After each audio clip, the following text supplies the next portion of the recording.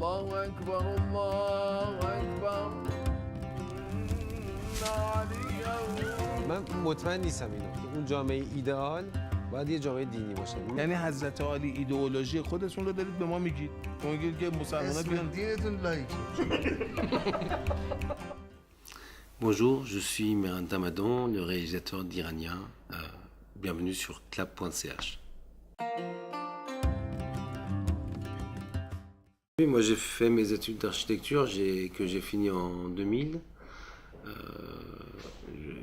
Tout de suite après, donc j'ai fait mes études d'architecture à Paris. En 2000, je suis parti en Iran et j'ai vécu là-bas 4 ans. Et je me suis... donc dès 2000, j'avais envie de sortir du milieu de l'architecture pour un peu me consacrer un peu plus à l'écriture et peut-être aussi au cinéma. Et je me suis retrouvé dans le cimetière de Téhéran où les mères de martyrs de la guerre Iran-Irak viennent toutes les semaines depuis la mort de leur fils, donc depuis 25 ans, et tous les jeudis de l'année, ils venaient dans le cimetière. Et moi, je ne savais pas faire de film, donc ça tombait bien de filmer un rituel, parce qu'un rituel se répète toutes les semaines.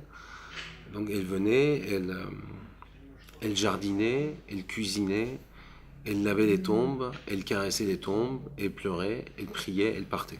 Et comme elle faisait la même chose toutes les semaines, moi qui ne savais pas faire de film, c'était pour moi l'occasion d'apprendre, quoi. Parce que quand mes plans n'étaient pas bons, je les refaisais la semaine d'après, vu qu'elles étaient habillées toujours pareil et qu'elles faisaient les mêmes gestes. C'est comme ça que j'ai appris, en fait. Après, j'ai fait un film donc, dans le cimetière de Téhéran.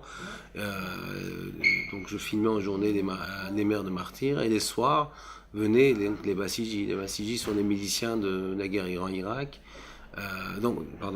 Les Basiji sont les soldats de la guerre Iran-Irak qui ont des activités en ville, quoi, des activités culturelles ou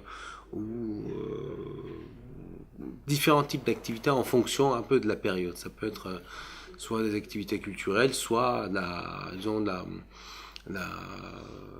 répression de manifestants lorsqu'il y a des opposants au régime, enfin la population iranienne qui sort dans la rue pour se révolter. C'est les Basiji qui agissent. Comme dans le cas de la Révolution verte. Voilà, comme par exemple pour la... Donc moi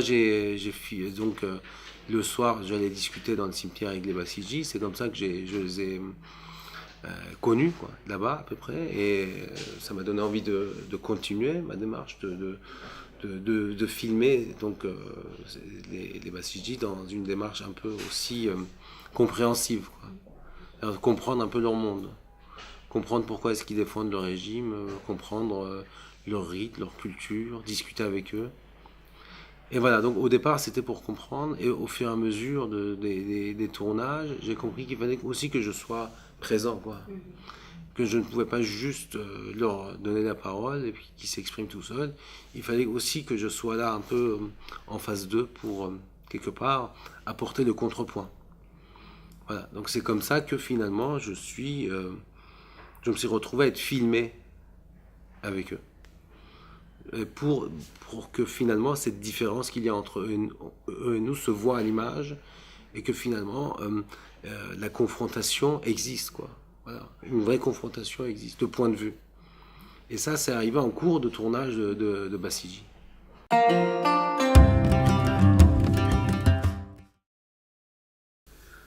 Disons que c'était déjà un peu en germe dans Basiji. La confrontation existait déjà, et puis voilà, donc cette confrontation, je l'avais mis en place également dans Basiji. C'est-à-dire j'avais créé un espace où cette confrontation devenait possible. Et dans Iranien, j'ai voulu quelque part renforcer cette idée-là, c'est-à-dire faire en sorte que la confrontation soit sur la totalité du film. Or, il n'y a pas que de la confrontation dans Iranien, il y a aussi c'est aussi un espace d'hospitalité, quoi, de convivialité et d'hospitalité. Oui, ça c'est... Après, vous savez, chacun à ses désirs. Moi, eux aussi, ils peuvent dire la même chose. C'est-à-dire, ils peuvent dire, il vient, il discute avec nous, on le met KO sur tout un tas de thèmes de discussion, et il repart avec ses idées. Finalement, il finit par écouter sa musique, quoi. Il peut faire ou bien, au bout du compte, tout ce qui l'intéressait, c'est son film. Ce qui n'est pas faux non plus. Donc, quelque part, eux, s'ils me font cette critique, si moi je leur fais cette critique, ils peuvent me faire la même chose. On a tous, forcément, on a des désirs et des envies différents, quoi. Eux, ils veulent peut-être me convertir, ou bien me convaincre, ou bien dominer dans la discussion. Moi, je veux faire un film, je veux aussi mon projet d'espace commun, c'est mon désir à moi. Et eux, ils rentrent dedans. Voilà. Donc, ce qui compte quand même, c'est que le film existe. Voilà. Eux, ils viennent pour des raisons, moi, je viens pour d'autres raisons. Et finalement, le résultat, c'est le film. Bah, disons, moi, je suis là pour le film. Je ne suis pas là pour la discussion. Vous voyez, pour le film, il suffit juste que le spectateur comprenne qu'eux, ils sont 4 et que moi, je suis tout seul. Et qu'après, à partir de là, on comprend ce qui est en train de se passer, quoi. Vous voyez, c'est-à-dire que le spectateur se retrouve à la bonne distance pour pouvoir juger de ce qu'il voit. Après, pour la discussion, peu importe. En fait, disons, c'est tout simplement qu'il ne pouvait pas y avoir plus de monde que ça de mon côté. Hein. Parce que c'est un projet tellement, quelque part, tellement personnel. Ce désir d'aller dialoguer avec d'autres, des gens avec qui on n'est pas d'accord. Et puis voilà, donc passer autant de temps pour les convaincre, c'est pas un désir très partagé par d'autres Iraniens de mon milieu. Vous voyez ? Non, ils n'ont pas posé de conditions. Aucune. Ils ont vu mes films, ils m'ont fait confiance, ils sont venus. Mais c'est parce que c'est toujours comme ça dans le documentaire. Il faut qu'il y ait un rapport de confiance pour que les personnes acceptent. Vous savez, eux, ils se disent pas qu'ils sont des pièces du système. Hein. Et ils trouvent qu'ils sont des personnes lambda, comme tout le monde, quoi. C'est comme ça qu'ils se considèrent. Donc, il n'y a aucune raison qu'ils demandent l'accord de gens, quoi, pour participer au film.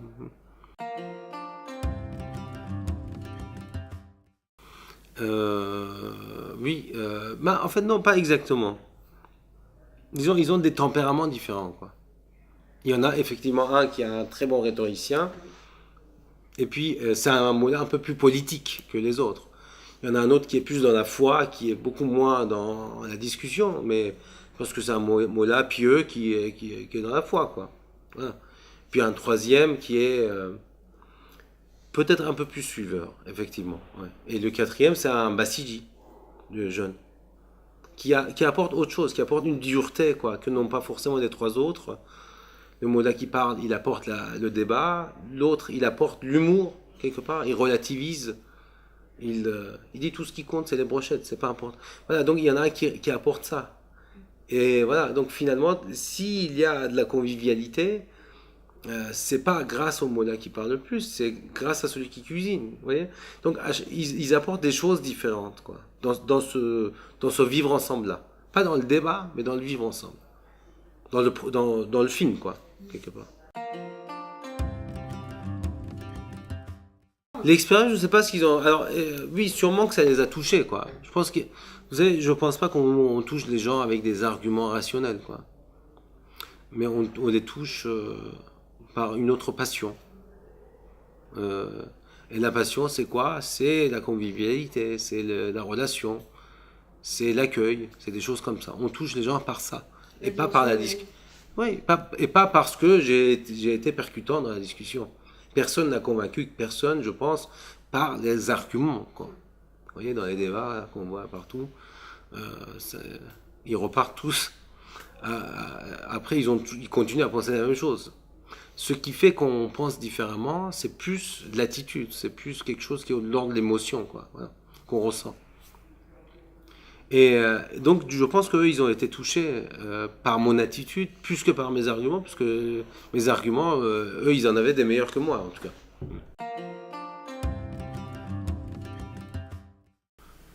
Bah, c'est toujours très intéressant de discuter, d'échanger avec des gens qui sont ailleurs, qui sont complètement de l'autre côté, et de filmer ça, et d'accepter d'être filmé dans cette situation, et de montrer aussi ses faiblesses. Moi, je parle de moi. Donc j'apprends pas forcément directement, j'apprends de la situation. Vous voyez, se mettre dans une situation où effectivement on est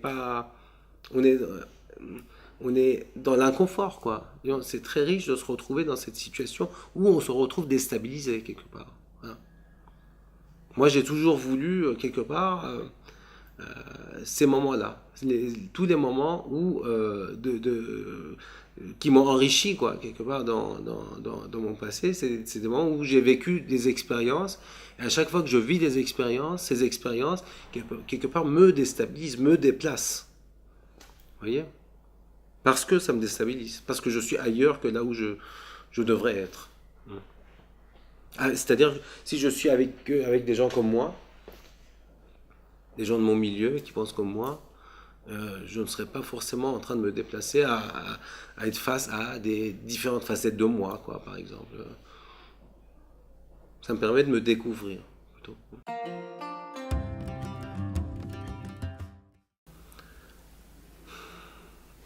Bah, tout dépend après ce qu'on entend par difficulté, quoi. Ouais. Bah, Je pense par exemple à Jafar Panahi, qui, oui. bon, il est obligé de se mettre au volant d'un taxi improvisé pour pouvoir tourner, puisqu'il... Vous l'avez vu, le film? Oui, ouais. bien sûr. Mm. Je pense à Kiarostami, enfin, je pense à plusieurs personnes qui sont... Oui, mais Panahi, il a fait son film, quand même. Il a fait son film, et son film, il a été tourné. Hein. C'est pas improvisé. Ça se voit qu'il y a une durée, il y a un tournage, quoi. C'est un tournage. Hein. Il fabrique un documentaire. Mais c'est une fiction. Et ça, donc il a pu le faire, quand même. Et moi, j'ai pu faire mon film. Mais tout ça, ça veut pas dire qu'effectivement, l'Iran, on peut faire nos films. Non, on peut pas le faire. Tout ce que je veux dire, c'est que j'ai rencontré des difficultés. J'ai subi des interrogatoires, et on m'a confisqué mon passeport plusieurs fois, des choses comme ça. Mais disons, moi, ça m'intéresse pas trop. Disons que je trouve que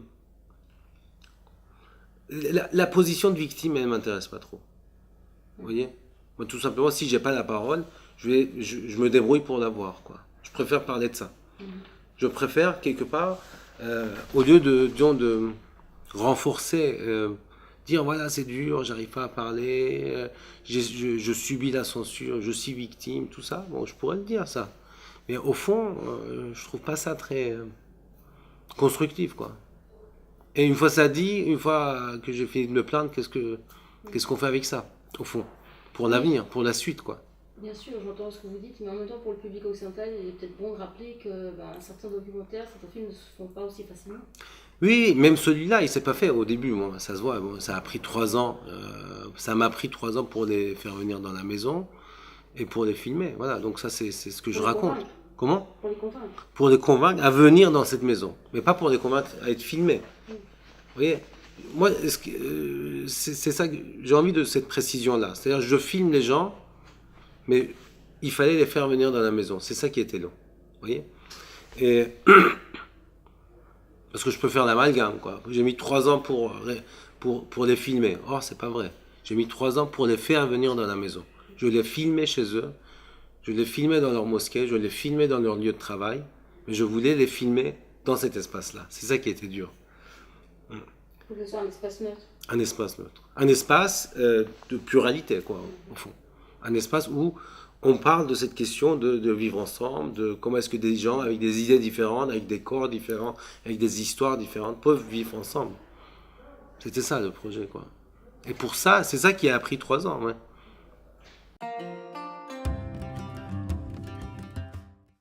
Oui, ils circulent en DVD, quoi. Ils font des copies et puis après ils le regardent. Ouais. Donc vous avez déjà le retour du public iranien? Il n'y a pas un public iranien, de la même manière qu'il n'y a pas le public français ou le public suisse. Vous voyez? Il n'y a pas non plus le média français, quoi.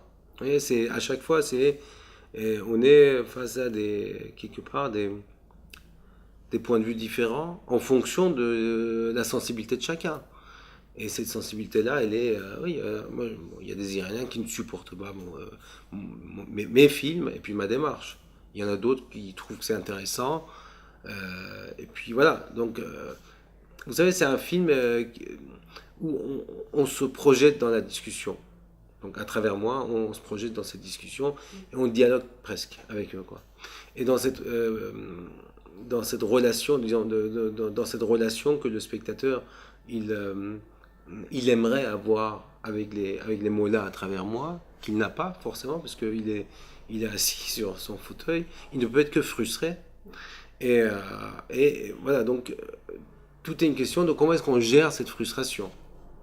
Et il y a des gens qui ne supportent pas cette frustration, qui vont détester le film, parce qu'ils vont être frustrés aussi de mon attitude, mes réactions. Il y en a d'autres qui rentrent dedans et qui l'apprécient. Il y en a qui pensent qu'il ne faut pas leur donner la parole. Il y en a d'autres qui vont dire « tu as bien fait de discuter, c'est comme ça que les choses peuvent évoluer ». Il y en a à qui ça donne envie de faire la même chose. Bon, tout dépend après des gens. Il y a des publics iraniens, je dirais. Des publics, mais pas que iraniens, même des publics français et suisses.